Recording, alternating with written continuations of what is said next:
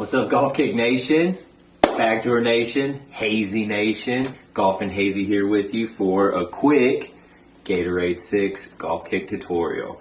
You guys voted on them, here they are. I went ahead and pre-marked them so that this video could go a little quicker. I'm going to do a 7-stud pattern with most of the traction being on the outside. That's what I like. So Golf Kick sends you a kit with a wrench if you don't have a drill, a hex bit for the studs, 20 studs. I'm only going to use 14, a couple of ball markers, and a sweet little bag of tees. So let's get to it.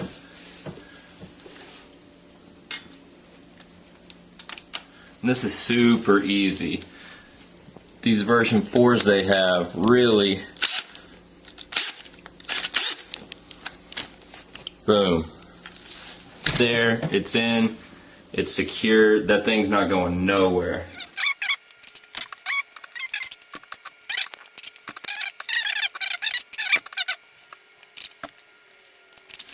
And there you have it, guys.